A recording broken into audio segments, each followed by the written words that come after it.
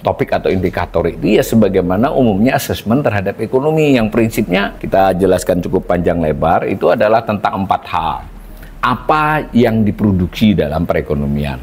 Nah, apakah produksi itu bertambah dan berkelanjutan? Bertambah itu artinya terjadi pertumbuhan ekonomi, berkelanjutan artinya pertumbuhan ekonomi itu terindikasi akan terus bisa berlangsung di masa mendatang. Jadi RPJMN 2015 menaruh target, 2024 menaruh target. Sebetulnya RPJM keduanya itu sudah nurunin target. Terbukti dari gambar grafik itu, yang biru itu adalah target ya. Tapi itu dari 2005, jadi ada 4 RPJMN ini. Sekalipun di era SBY juga banyak tidak tercapainya, tapi ada tahun-tahun yang tercapai atau hampir mencapai gitu loh. Ada 3 tahun yang mencapai, ada 2 tahun yang hampir tercapai, 5 tidak tercapai. Di era Jokowi 10 tahun tidak pernah sekalipun tercapai.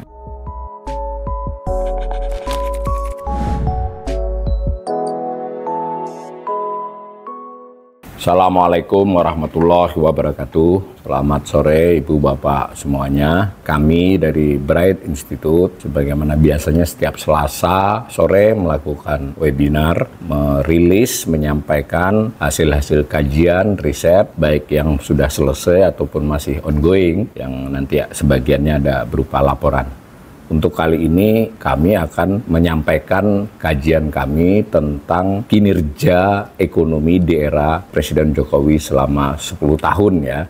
Bagaimana kita ketahui, beliau nanti akan digantikan pada tanggal 20 beberapa hari lagi. Kami dari Bright Institute sudah sekitar 1-2 bulan ya hampir ya Mas Andre. Saya dibantu oleh tim, antara lain Mas Andre ini sebagai Direktur Riset, itu melakukan kajian dan mudah-mudahan nanti akan menjadi sebuah laporan utuh ya yang cukup panjang untuk topik ini. Begitu juga nanti harapan kami dari siaran ini mungkin bisa memicu diskusi yang lebih luas. Persoalannya bukan di politik ya kalau buat kami para peneliti ekonomi, tapi ya ini adalah yang sudah berjalan.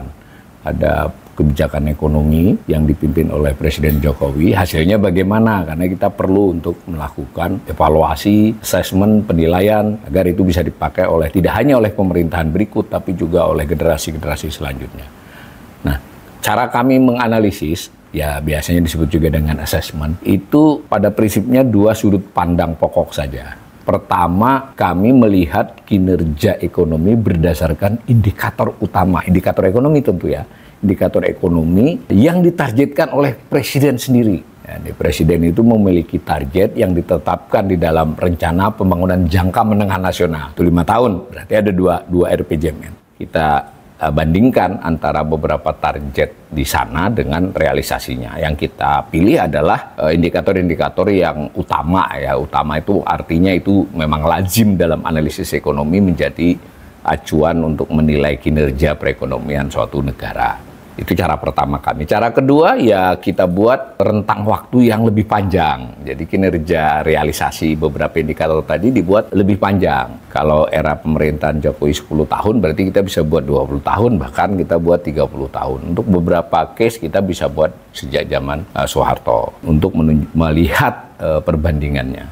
Kembali kami tegaskan, Bright Institute memilih beberapa topik dengan indikator-indikator utamanya, terutama yang berasal dari RPJMN, tetapi dikaitkan dengan kelaziman melakukan penilaian kinerja ekonomi. Nah, kira-kira begitu ya, kita dapat banyak topik. Nah, ini kami sajikan sebagian yang pentingnya. Kita sampaikan dulu di depan nih, kesimpulan dari kajian, dari review dari Bright Institute, itu kesimpulannya sangat jelas. Jokowi gagal dalam bidang ekonomi. Gambaran sedikit, tentu ini di dalam laporan akan diulas cukup panjang lebar. Yang dimaksud dengan assessment menilai ya. Tadi kan ukuran penilaiannya itu 1 RPJMN, 2 kelaziman dalam angka-angka tersebut perkembangannya. Nah, caranya, topik atau indikator itu ya sebagaimana umumnya asesmen terhadap ekonomi yang prinsipnya kita jelaskan cukup panjang lebar itu adalah tentang 4 hal. Apa yang diproduksi dalam perekonomian? Nah, apakah produksi itu bertambah dan berkelanjutan? Bertambah itu artinya terjadi pertumbuhan ekonomi, berkelanjutan artinya pertumbuhan ekonomi itu terindikasi akan terus bisa berlangsung di masa mendatang. Apakah sektor manufaktur tumbuh? Itu berarti industrialisasi dan seterusnya pertanyaan-pertanyaan itu. bidang analisis kedua itu bagaimana barang dan jasa tersebut diproduksi terkait dengan penggunaan tenaga kerja, penggunaan kapital berarti investasi, juga terkait dengan penggunaan input-input produksi yang berasal dari domestik berapa, yang asing berapa, kurang lebih analisisnya ke sana. Ada indikator utama sekali tersaji targetnya di RPJMN. Nah, lalu juga kita ada bidang bahasan yang mencerminkan untuk siapa kinerja 10 tahun tadi. Jadi apa yang diproduksi, output lah sebutlah begitu. Lalu bagaimana adalah cara memproduksi output tersebut. Kemudian untuk siapa adalah bagaimana output tersebut dibagikan. Itu ya bisa berarti ada indikator tentang soal ketimpangan, soal kemiskinan, tapi juga ada aspek lain. Bagaimana pemilik modal dapat banyakkah, pekerja dapat banyakkah, kurang lebih begitu. Tentu dengan indikator ya. Juga terkait dengan seberapa banyak yang hasilnya yang justru dinikmati oleh pihak asing misalnya. Tidak hitam putih, tetapi perkembangan itu penting. Bidang keempat yang kami pilih adalah kebijakan apa yang telah dilakukan selama 10 tahun ini. Sebetulnya cara berpikir apa, bagaimana, untuk siapa ini sudah biasa di textbook. Sedangkan tambahan kebijakan apa, tambahan dari buku-buku lain dan juga kesimpulan kami. Cuma memodifikasi cara analisis Samuelson yang sebenarnya dilakukan untuk menilai sistem ekonomi suatu negara. Ini kita pakai untuk mengukur kinerja, kurang lebih begitu. Kami dari BRAIT menyampaikan di depan dulu, karena nanti supaya tidak kehilangan peta. Tadi kan kesimpulan besarnya gagal. Nah, ini ada 13 yang kami highlight ya. Penilaian assessment-nya itu tentang jumlah produksi itu tumbuh melambat, struktur produksi makin rapuh, produksi pangan makin tidak mencukupi, separuh pekerja dalam kondisi rentan, transaksi internasional amat bergantungan. Nah, itu kita tanda itu. Yang 3 tadi apa kan? Yang berikutnya itu bagaimana. Salah satu bagaimananya sebetulnya yang kebetulan nanti tidak banyak contohnya itu adalah sumber daya mineral dan energi belum optimal. Itu kebetulan belum kami sajikan dengan data detail ya, tapi ini untuk memperlihatkan bahwa struktur laporan kami nanti semacam ini.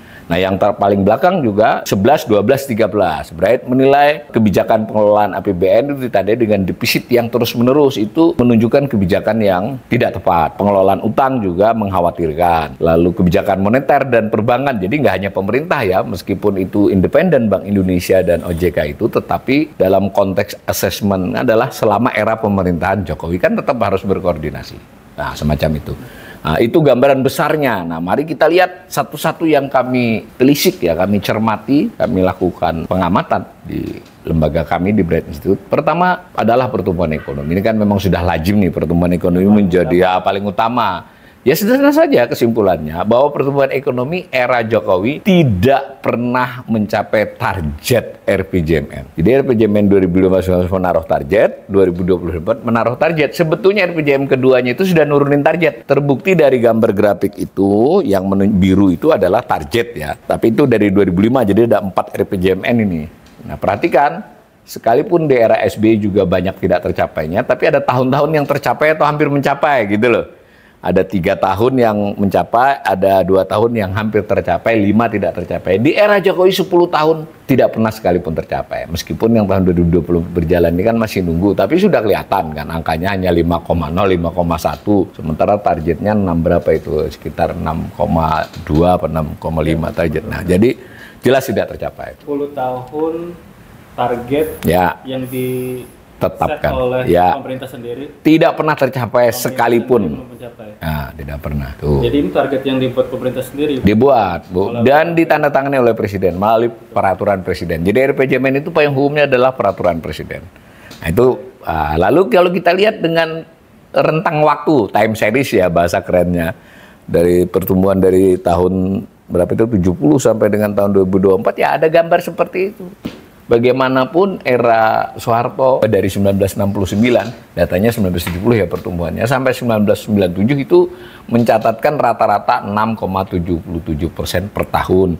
Ada tahun yang hampir 10%, ada tahun juga dia yang kurang. Bahkan pada saat krisis kan itu jelang keruntuhannya dia. Nah, itu kita anggap ketika krisis moneter tidak kita nisbatkan ke siapa-siapa. Nah, kemudian tahun 2000 sampai 2004 itu rata-rata 4,57, jadi era Gus Dur dengan Bu Mega. Lalu 2005 sampai 2014 era SBY itu rata-rata per tahun ya 5,72%. Era SBY pertama ini supaya kita kita pisah nih satu dengan dua eranya itu. Kenapa? Karena banyak yang soal ribut kan bahwa kan ada COVID sehingga pertumbuhan ekonominya tidak bisa maksimal, Mas Andre. Tetapi kan di periode pertamanya Jokowi itu udah lebih rendah gitu, hanya 5,03. Di periode kedua karena ada COVID yang sempat membuat kontraksi, dia menjadi 3,42%. Jadi secara rata-rata kalau digabung satu periode itu hanya sekitar 3,2%. Jadi tapi itu memang nggak fair karena ada COVID ya, maka saya pecah dua itu. Di luar soal tidak memenuhi targetnya, kinerja pertumbuhan ekonomi era Pak Jokowi ini jelas-jelas lebih buruk dari sebelumnya. Nah ini menarik karena ada tulisan yang belakangan minggu lalu itu ingin mengesankan bahwa era Pak Jokowi inilah PDB tumbuh paling tinggi. Ya itu kan tidak, itu data mengambil tahun akhir dengan tahun awal, mengambil angka US dollarnya, dan banyaklah. Ini kita tunjukin aja bahwa berdasarkan data BPS itu tidak benar. Nah, lalu pertumbuhan ekonomi itu adalah pertumbuhan real ya, pertumbuhan produk domestik bruto atas dasar harga konstan. Jadi betul-betul menghilangkan faktor harga secara statistik. Nah, bagaimana kalau kita makanya yang nominal? Ya nominal juga boleh karena memang itu bisa juga dianalisis. Itu sebenarnya ada, itu salah, itu bukan pertumbuhan ekonomi tetapi PDB per kapita ya. Itu yang slide hijau itu salah judul. Di 2015-2019 ditargetkan tuh PDB per kapita tiap tahun berapa. Nanti diharapkan tahun 2019 sekitar 72 juta. 72,22 juta. Tetapi realisasinya di 2019 itu hanya 58,73 juta. Jadi kalau menganalisis PDB secara total saja itu bisa bias. Biasnya di mana? Indonesia ini jumlah penduduknya banyak kok. PDB itu adalah produksi seluruh komponen bangsa. Rakyat kah, pemerintah kah, swasta kah. Maka yang lazim di analisis ekonomi, yang dianalisis adalah PDB per kapita. Nah berarti jumlah PDB nominal dibagi dengan jumlah penduduk pertengahan tahun. Nah itu terbukti periode pertama itu jauh dari target. Kemudian periode kedua di RPJMN tidak lagi dicantumkan PDB per kapita. Ini menarik ya. Yang kedua tidak mencantumkan, tapi mencantumkan yang namanya JNI per kapita metode Atlas. Apa bedanya? PDB itu adalah GDP ya bahasa Inggrisnya, Gross Domestic Product. Kalau ini JNI ini Gross National Income. Sebetulnya terjemahan bahasa Indonesianya adalah Produk Nasional Bruto. Artinya D itu domestik, produksi barang dan jasa di wilayah Indonesia. Kalau N nation itu adalah produk warga negara Indonesia. Nah, JNI per kapita ini dipilih karena memang JNI per kapita ini dipakai oleh Bank Dunia untuk mengelompokkan negara. Makanya itu juga menunjukkan bahwa yang dipakai kan per kapitanya, bukan total JNI-nya. Kalau total JNI, total GDP, PDB, itu Indonesia masuk yang gede ya, karena penduduknya termasuk yang banyak kan, kita nomor 5 atau nomor 6 toh. Tetapi ketika dibagi dengan jumlah penduduknya, itu kan menunjukkan tingkat produksi ya per orang lah, gampangannya begitu kan Mas. Nah ini JNI per kapita metode Atlas itu ditargetkan. Nah targetnya yang biru, yang tahun 2024 belum selesai ya, jadi belum ada datanya. Ini data dari Bank Dunia itu. Itu khusus yang abu-abu itu datanya dari World Bank ya. Itu ada targetnya dari RPJMN, realisasinya dari Bank Dunia. Itu juga tidak tercapai. Jadi jauh. Jadi baik PDB per kapita ataupun JNI per kapita tidak tercapai berdasarkan target RPJMN. Jauh bahkan, bukan tidak tercapai saja.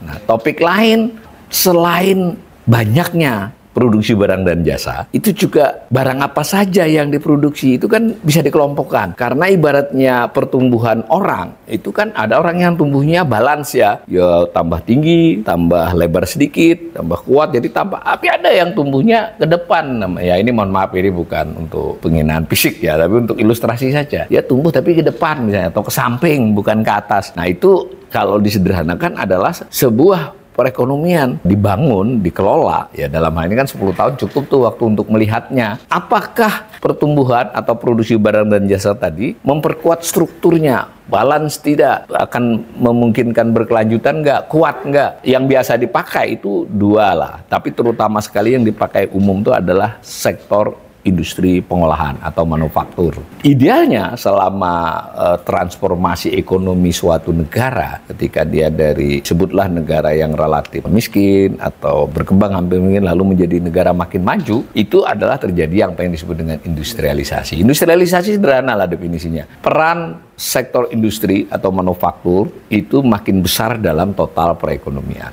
BPS ini merujuk kepada acuan internasional membuat struktur ekonomi berdasarkan PDB itu menjadi 17 sektor. Salah satu sektornya adalah industri. Pertumbuhan industri manufaktur ini penting juga karena pengalaman banyak negara yang transformasi menjadi negara maju itu selalu ditopang oleh industrialisasi. Mengapa? Karena industri inilah karena definisinya industri ini adalah sektor yang mengolah baik itu bahan mentah primer, pertanian atau pertambangan, ataupun yang sebelumnya sudah diolah lebih lanjut. Kuncinya dia memberikan nilai tambah. Industri ini memiliki keterkaitan yang kuat ke bawah gitu, ataupun ke atas kelanjutannya, sehingga kan menimbulkan dampak pengganda yang positif. Bisa menyerap tenaga kerja, menyebabkan sektor lain tumbuh. Belum lagi andalannya sebagian dari produk industri manufaktur ini diekspor. Dengan demikian dia bisa memperkuat struktur eksternal negara tersebut. Sehingga ditargetkan tinggi dan itu disadari oleh pembuat RPJMN dan disetujui oleh Presiden. Targetnya itu nggak main-main ya. Jadi rata-rata pertumbuhan di periode pertama itu di kisaran 7,5. Nanti bahkan di tahun 2019 diharapkan industri itu tumbuh 8,6%. Ternyata targetnya tiap tahun industri itu meningkat pertumbuhannya. Prakteknya 2015 dan 2016 itu realisasinya tiap tahun turun. Kebetulan 2020 dapat bencana, bukan lagi turun kan, anjlok. Di 2020-2024 dibuatlah target yang biru itu lebih rendah dari target sebelumnya. Jadi mungkin beginilah kalau kita sederhanakan. Akibat 5 tahun itu terlalu tinggi targetnya, diturunin target, ternyata tetap tidak berhasil dan industri tumbuh di bawah rata-rata pertumbuhan ekonomi.